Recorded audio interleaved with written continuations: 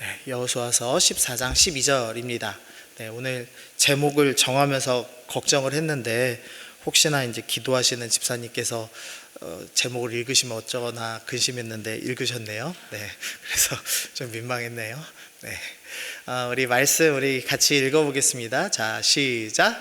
그날에 여호와께서 말씀하신 이 산지를 지금 내게 주소서. 당신도 그날에 들으셨거니와 그곳에는 아낙 사람이 있고 그 성읍들은 크고 견고할지라도 여호와께서 나와 함께 하시면 내가 여호와께서 말씀하신 대로 그들을 쫓아내리이다 하니.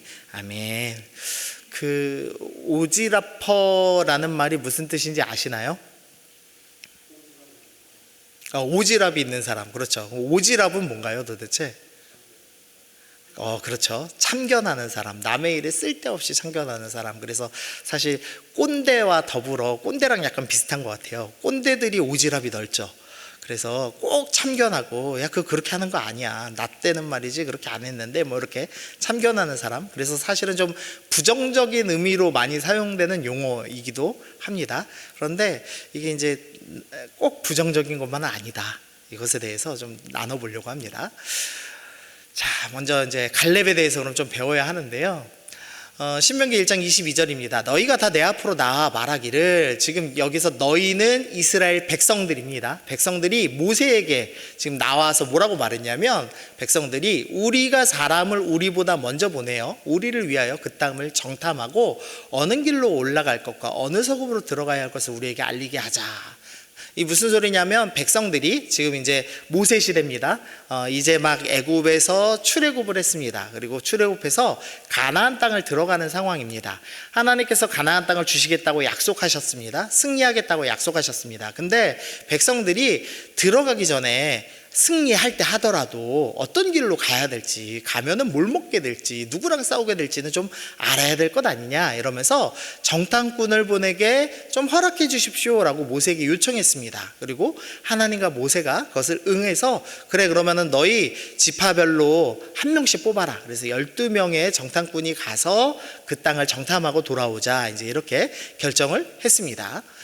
그래서 민수기 13장 보니까 40일 동안 땅을 정탐을 했습니다. 그리고 이제 돌아와서 그들이 보고하고 그 땅의 그 과일이 엄청 컸던 것 같습니다. 그래서 이렇게 좋은 과일이 나는 땅입니다, 이렇게 알려주려고 과일을 갖고 왔습니다. 그래서 이 땅을 뭐라고 표현하냐면, 그 땅에 젖과 꿀이 흐른다라는 표현을 합니다. 그래서 이 어른들이 그런 말 많이 하시죠. 젖과 꿀이 흐르는 가나안 땅이다. 이 표현이 저기서 나온 겁니다. 이게 정말로 가나안에 젖이라는 강이 흐르고 꿀이 흐르고 이런 거 아니고요. 과일이 너무 달콤해서 그냥 꿀이 뚝뚝 떨어진다, 이제 이런 의미입니다. 그러니까 그 정도로 풍성한 열매가 맺는 곳입니다라고 이야기를 했습니다. 그러니까 좋은 땅을 하나님이 허락해 주신 겁니다. 노예였던 이스라엘 백성들이 젖과 꿀이 흐르는 땅, 열매 맺는 땅에 들어갈 수 있는 놀라운 은총이 일어났습니다. 그런데 정탐 결과를 거기서 보고하고 멈췄어야 되는데 추가로 더 보고합니다. 우리 28절부터 31절까지 한번 읽어봅시다. 시작. 그러나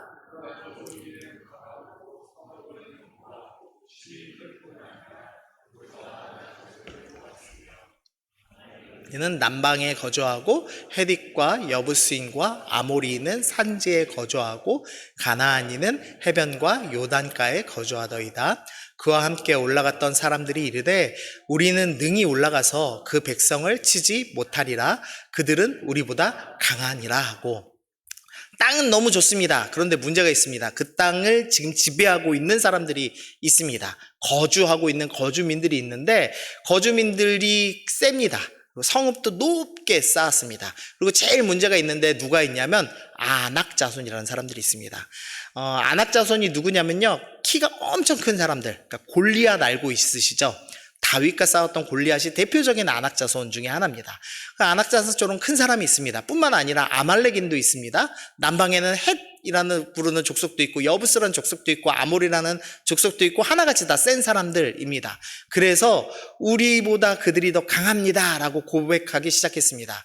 그러면서 정탐한 땅은 아까는 분명히 젖과 꿀이 흐르는 땅이라고 했는데 이번에는 거주민을 삼키는 땅입니다 라고 얘기하고, 네피림 후손인 거인의 후손인 아낙자손 거인들을 우리가 봤습니다. 우리는 스스로 보기에 메뚜기와 같은 자입니다 라고 정탐 결과를 내놓기 시작했습니다. 이스라엘 백성들은 하나님을 의지해서 싸우는 사람들이어야 합니다. 그런데 정탐하고 나서 뭐라고 그러냐면, 땅은 너무 좋은데 거주민이 너무 세서 우리는 못 싸웁니다. 우리는 메뚜기 같습니다. 우리는 그들에게 밥입니다 라고 이야기하기 시작했습니다. 이 12명의 정탐꾼 중에 10명이 이런 악평을 했습니다. 그러자 백성들이 반응하기 시작합니다. 온 회중이 소리 높여 부르짖으며 백성이 밤새도록 통곡하기 시작합니다. 그 다음 빨간 글씨 보면, 우리가 애굽 땅에서 죽었거나 이 광야에서 죽었으면 좋았을 것을, 차라리 죽었었으면 하는 거죠. 그러면서 파란색 글씨로 무서운 얘기를 합니다.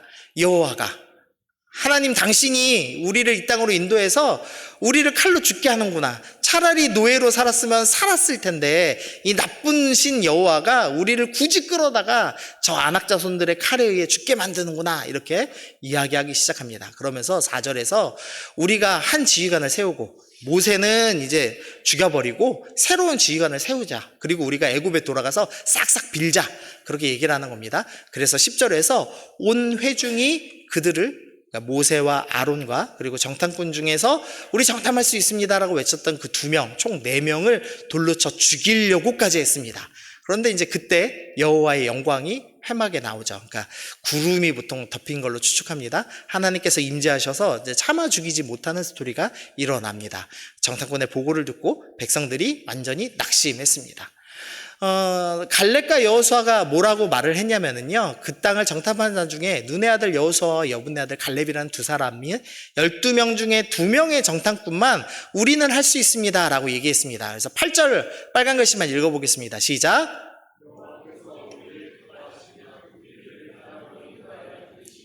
우리 힘으로 싸우는 거 아니야. 하나님이 우리를 기뻐하시면 우리를 인도해 주실 겁니다 라고 얘기하죠. 그 다음 빨간 글씨 보면, 다만 여호와를 거역하지는 말라. 또 그 땅 백성을 두려워하지 말라. 그들은 우리의 먹이다. 그들이 거꾸로 우리의 밥입니다. 우리 두려워하지 맙시다 라고 2명이 외쳤습니다. 그런데 나머지 모든 사람들은 울고 통곡하고 우리가 차라리 죽는 게 낫다라고 이야기하며 하나님을 원망하기 시작했죠.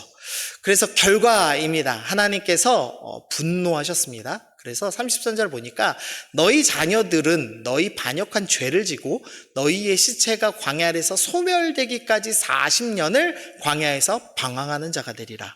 무슨 소리냐면, 불평했던 너희들, 20살 이상의 불평했던 너희들이 다 죽을 40년 동안 너네 광야에 그대로 있어라 라는 무서운 벌을 주셨습니다. 그리고 나서 갈렙과 눈의 아들 여호수아만은 예외다라고 말씀하셨습니다. 그래서 20살 이살 중에 갈렙하고 여호수아 2명만 가나안 땅에 들어가게 되고, 나머지는 광야에서 다 죽는 무서운 벌을 받았습니다. 그래서 이스라엘 백성이 40년 동안 광야를 뱅글뱅글 이제 돌게 된 거죠. 근데 이제 갈렙 입장에서 이 상황을 이해하면은요, 믿음 없는 자들 때문에 40년을 허비한 겁니다. 나는 싸울 수 있다고 얘기를 했는데 이 믿음 없는 놈들 때문에 나랑 여호수아, 믿음 있는 이 2사람이 피해보고 이 공동체 때문에 40년 동안 약속의 땅에 들어가지 못하게 된 겁니다. 여러분이 만약에 믿음 없는 몇 사람들 때문에 하나님께서 주신 엄청난 축복을 받지 못한다면, 그리고 40년 동안을 완전히 시간을 허비하며 광야 같은 인생을 보낸다면 어떠시겠습니까? 아마 이제 미치고 팔짝 뛰겠죠. 네. 네, 설교자가 하면 안 되는 말인데, 네, 또 미치고 팔짝 뛰어야죠. 뭐 어떡하겠어요?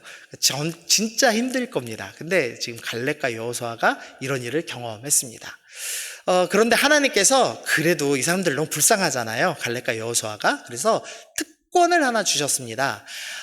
여호수아서 19장 50절에는 땅을 분배하는 그 본문입니다. 원래 이스라엘 백성들은 땅을 분배할 때 제비뽑기해 갖고 땅을 나누어 줬습니다. 그런데 여호와의 명령대로 여호수아는 요구한 성읍을 받습니다. 다른 사람들은 다 제비 뽑아 들어갔습니다. 그런데 여호수아는 제비 뽑지 않고 나 이 땅 주세요라고 요구했습니다. 무슨 소리냐면 하나님께서 이 믿음 좋았던 정탐꾼들 너희는 정말 어쩔 수 없이 이렇게 공동체 때문에 40년을 허비했으니까 너희에게 특권을 줄게. 원하는 땅을 줄게 라고 하신 겁니다. 그래서 여호수아는 지금 그 땅을 받았고 그 다음에 갈렙은 오늘 본문 14장에서 갈렙이 여호수아에게 나왔습니다. 그래서 뭐라고 얘기하냐면 모세가 맹세하여 이르기를 내가 내 하나님께 하나님 여호와께 충성하였은즉 내 발로 밟는 땅은 영원히 너와 내 자손의 기업이 되리라. 무슨 소리냐면 제가 요구하면 그 땅 준다고 약속하셨잖아요 라고 얘기하면서 갈렙도 땅을 요구하는 장면이 나오는 겁니다. 자, 어찌됐든 하여튼 고생을 좀 했습니다. 그런데 하나님께서 큰 특권 주셨습니다. 네가 원하는 거 아무거나 줄게 라고 하셨습니다. 여러분은 만약에 하나님께서 여러분에게 원하는 땅을 준다 그러면 어딜 받고 싶으십니까? 네, 우리 청년부 회장님은 강남을 선택하셨습니다. 여러분은 믿음이 없어서 강남은 이제 못 가져요. 자, 다른 거 갖고 싶으신 분? 그럼 우리 회장님만 믿음으로 강남을 취하는 걸로 아멘하고 끝날까요? 딴 땅 받고 싶으신 분? 방배동. 방배동도 비싼가요? 네, 감사합니다. 방배동 받으셨고요. 자, 그 다음에 한국어로 합시다. 네, 몰라서. 예. 보통 이렇게 워라벨이 중요해서 요새는 제주도가 일본어로 나오는데, 네. 그래도 워라벨보다는 돈이 중요하시네요, 여러분은. 네. 좀, 애국심이 있으시면 독도를 얘기하는 분들도 있는데, 아무도, 네. 얘기하지 않으시네요. 네. 갈렙이 이제 이런 선택권을 받은 겁니다. 그런데 갈렙이 지금부터 매우 이상한 선택을 할 겁니다. 자, 보면요. 이스라엘 땅은 이렇게 평야, 고원, 산지, 네게부, 이런 이제 네 가지 땅으로 크게 나눌 수 있습니다. 뭐 몇 가지 더 있지만 줄였습니다. 하나는 평야입니다. 여기 지금 보이는 건 이스라엘 평야라고 하는데요. 딱 봐도 농사 짓기 엄청 좋은 땅이죠. 여기를 정착하시면 부자가 될 수 있습니다. 그러니까 이스라엘의 강남 정도 되는 땅입니다. 동쪽 고원은요, 목축하기가 좋습니다.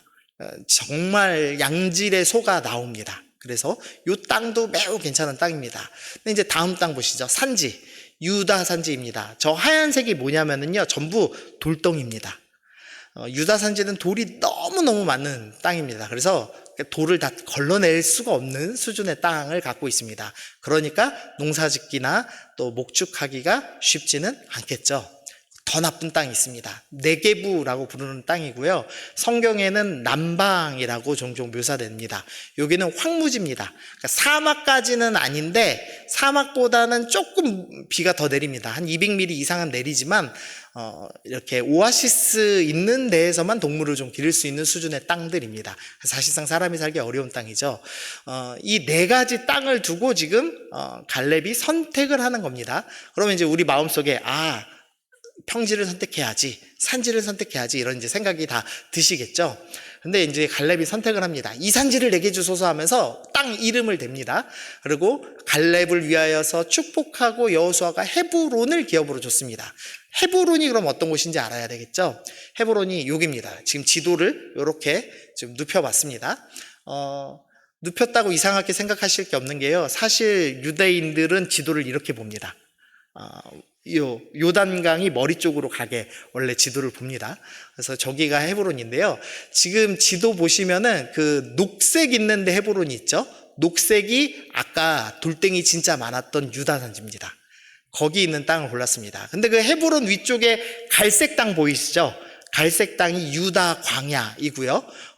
이 오른쪽에 있는 땅이 네게부, 사막 같은 땅입니다. 헤브론 땅은 좋은 땅이 아니고요. 광야와 네게부 쪽에 있는 돌덩이가 아주 많은 땅입니다. 그런데 지금 갈렙이 이 땅을 고르고 있는 겁니다. 그리고 이 헤브론은 어떤 곳이냐? 우리 빨간 글씨만 읽어보겠습니다. 시작. 그곳에는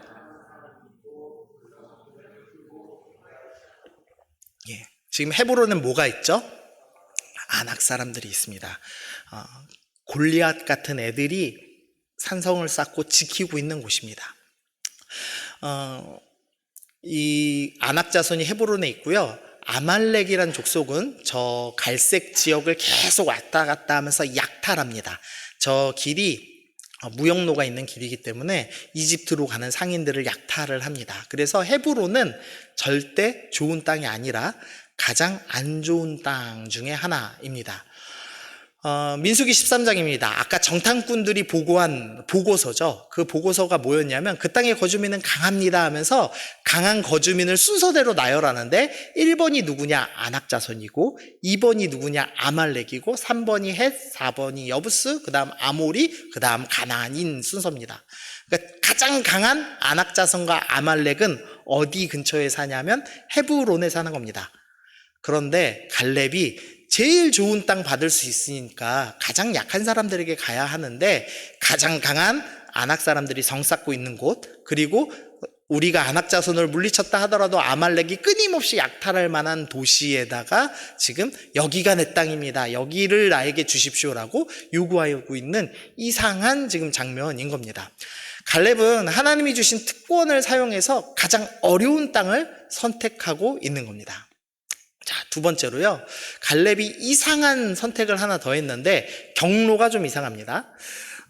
지금 이스라엘 백성들은 길갈이라고 하는 본부에서 지금 제비뽑기를 해가지고 이제 땅을 나눠받습니다. 그리고 이제 여호수아와 갈렙만 요구해서 땅을 받죠. 근데 지금 헤브론을 요구했습니다.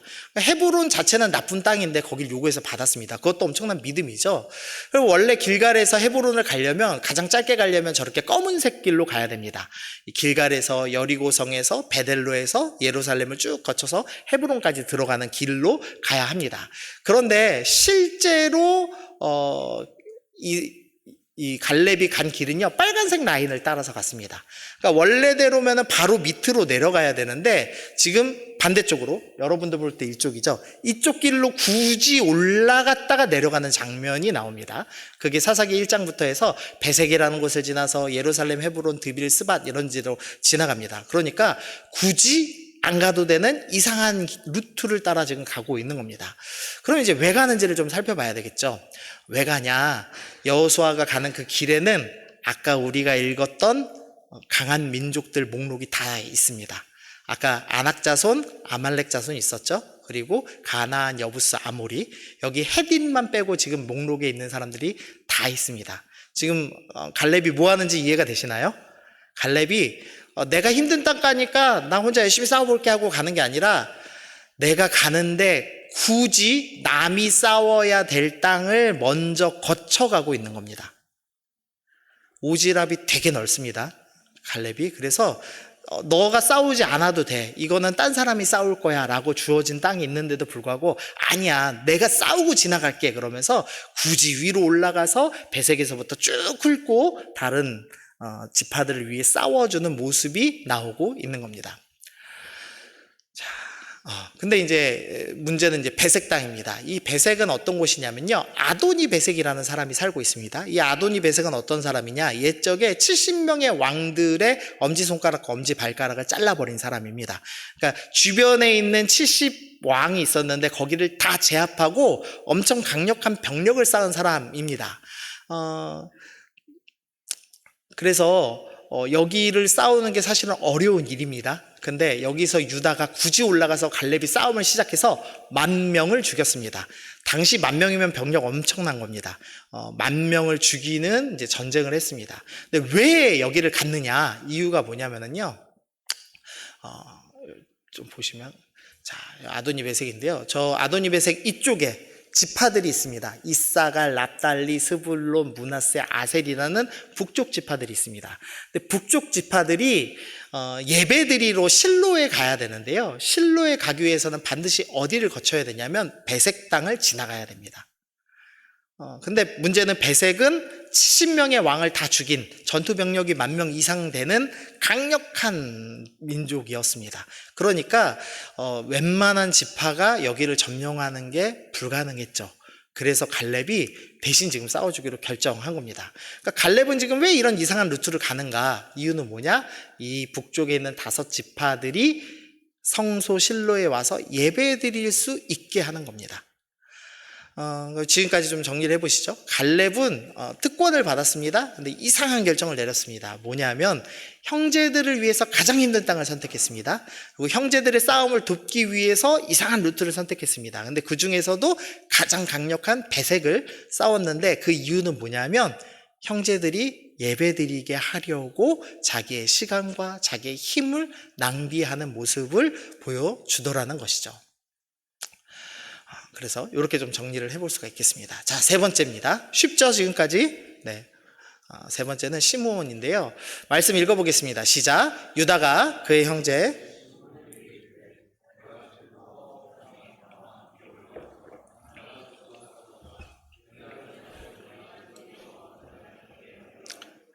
이에 시므온이 그와 함께 가니라. 지금 유다가라고 되어 있지만 유다 지파입니다. 유다 지파가 시므온 지파한테 얘기하는 겁니다.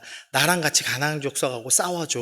그러면은 유다 지파 우리도 너희가 제비 뽑은 땅 함께 싸워줄게라고 요청하는 장면입니다. 그러니까 그냥 성경 모르고 보면은 유다 지파가 병력이 좀 부족해서 시므온 지파한테 지금 병력을 요구하고 있구나 이렇게 생각할 수도 있습니다. 그런데 좀 잘 보면 다릅니다. 민수기 1장에서는 인구조사를 처음 했을 때입니다. 그러니까 막 출애굽했을 때입니다. 그때 시므온 지파는 5만 9천 명이나 되는 좀 강력한 지파였습니다. 그런데 민수기 26장 가나안 땅 바로 앞에서 두 번째 인구조사를 했는데 인구가 2만 2,200명이나 됐습니다. 그래서 많이 줄었죠. 왜 많이 줄었는가? 25장에서 사건이 하나 있었습니다. 모압 사람들이 이스라엘 사람들을 꼬셨습니다. 음행을 하기 시작했습니다. 그런데 한 사람이 모세와 온 회중 앞에서 미디안의 한 여자를 데리고 그의 형제에게로 온지라. 무슨 소리냐면 모압 사람들하고 사람들이 몰래 음행한 게 아니라 어떤 한 사람 지도자는 미디안 여인을 당당하게 끼고 모세가 보는 데서 진영으로 들어갔습니다. 정치적인 메시지를 얘기하는 겁니다. 그러니까 우리도 이제 이렇게 출애굽했으니까 이 주변 사람들하고 같이 어울려서 지내야 되는 거 아니야? 이러면서 모세한테 나는 이제부터 지도자니까 나는 이제 미디안 여자랑 같이 살 거야. 이러면서 이제 데리고 온 겁니다. 그래서 이제 나중에 죽임 당하는데 그 사람이 누구냐? 죽임 당한 이스라엘 남자는 누구냐? 시므온인 조상의 가문 중 한 지도자입니다. 그러니까 시므온 지파의 리더가 모압 여자를 당당히 끼고 진영에 들어갔다가 죽었습니다. 그래서 이 음행 때문에 죽은 사람이 2만 4천 명이나 되었습니다. 그래서 학자들이 추측할 때는 시므온 지파가 1차에서 2차에서 준 인원이 3만 7천 명이나 되는데 상당수는 요 음행했을 때 지도자를 쫓아서 같이 음행하다가 죽었을 것이다 라고 추측을 합니다. 그러니까 시므온 지파는 쉽게 말하면은 이제 실패한 사람들입니다. 하나님 섬겨야 될 이들이 술집 갔다가 더 나쁜 데 갔다가 걸렸습니다. 그래서 하나님한테 벌받은 민족이라고 할 수 있습니다. 그런데 유다가 음행으로 병력을 잃어버린 이 시므온을 위해서 같이 싸우자라고 얘기하고 있는 겁니다. 시므온은 이제 스스로 사명을 이룰 수 없습니다. 혼자는 도저히 싸울 수 없었습니다. 그래서 내가 같이 싸워줄게 라고 얘기하고 지금 함께하는 장면이 나오기 시작하는 겁니다. 그래서 이렇게 좀 적용해 볼 수 있겠습니다. 실패한 형제 자매를 위해서 함께 싸울 수 있겠는가라고 적용해 볼 수 있겠습니다. 적용 한번 해보시죠. 정리 한번 해보면요. 갈렙은 믿음 없는 자들 때문에 40년 허비했습니다. 그럼에도 불구하고 형제들을 돕기로 결정했습니다. 자기는 요구할 수 있는 특권이 있었지만 포기했습니다. 가장 어려운 땅을 선택했고요. 그 다음에 그 형제들이 예배 드릴 수 있도록 먼저 싸우기 시작했고요. 실패한 형제가 사명을 이룰 수 있도록 함께 싸우기로 결정하는 모습을 보여주고 있습니다. 그래서 제가 제목을 오지라퍼 갈렙이라고 정해봤습니다.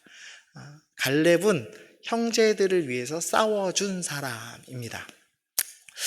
제가 예화를 하나 들고 마치려고 합니다. 제가 인천대 예수전도단을 나왔는데요. 인천대 예수전도단 나왔다니까 좀 이상한데, 이제 보통 과를 얘기하잖아요. 근데 제가 과는 공부를 하나도 안 해가지고요. 제가 아주 유명한 투수의 그 방어력 정도의 학점이 나옵니다. 이해가 되시는지 모르겠는데 1점대 방어를 3번 해서 학고를 맞았습니다. 학교 잘렸었습니다. 네, 그래서 인천대를 나왔다고 하기는 좀 나중에 이제 다시 재입학해서 졸업은 했는데요. 어쨌든 이제 학교를 나왔다고 하기는 좀 민망하고 인천대 예수전도단을 나왔다고 하는 게 맞을 것 같습니다. 그만큼 이제 예수전도단에서 열심히 활동했는데요. 제가 처음에 이제 신입생으로 01년도에 들어갔을 때 학생이 30명이나 되는 공동체였습니다. 이 동아리 치고는 꽤 큰 편이에요. 30명이면. 그래서 함께 예배드리고 너무 좋았습니다. 그런데 1년이 딱 지나고 났는데 선배들이 열심히 안 하기 시작하는 거예요. 그래가지고 한 자릿수가 남았습니다. 10명 이하로 예배드리는 공동체가 됐습니다. 그래서 제가 이제 아침에 이제 그때부터 제가 리더였거든요. 아침에 묵상하러 나오면 저 혼자, 중보기도 드리려고 하면은 저랑 간사님 둘, 예배 나오려고 그러면은 7명, 8명. 그럼 제가 찬양인도 하고, 예배인도 하고, 묵상 혼자 하고, 중보기도 간사님하고 둘이 하고, 이러면서 이제 지냈습니다. 엄청 지치더라고요. 혹시 여기 작은 교회 출신이 있는지 모르시겠는데, 분위기가 이렇게 다운되면은요, 엄청 힘듭니다. 믿음으로 나가겠다라고 고백하는 게 도저히 안 나올 만큼 제가 너무 고통스러웠습니다. 그래서 주님, 이제 전 어떻게 해야 됩니까? 기도하기 시작했습니다. 근데 음성인지 아닌지 모르지만 주님이 저에게 말씀하신 것 같아요. 너 남아라 라고 말씀하신 것 같아요. 그러면서 뭐라고 하셨냐면, 근데 너는 부흥은 절대 못 볼 거야. 근데 남아라, 이렇게 말씀하신 것 같았어요. 절대 사람이 안 늘어날 건데 너는 이 공동체 지켜라 라고 말씀하셨습니다. 여러분, 그런 말 들으면 기분이 어떤 줄 아세요? 아싸, 하나님 음성 들었어, 이런 생각 안 나요. 요즘 말로 바꿔드릴까요? 자, 40년 동안 너는 절대 재산을 모을 수 없지만 열심히 일해라. 너는 공부해도 절대 대학에 합격할 수 없지만 열심히 공부해라. 자, 기분 어떠세요? 대답을 안 해주실 정도로 나쁜가요? 하나님께서 응답하셨는데 너무 기분이 나빴습니다.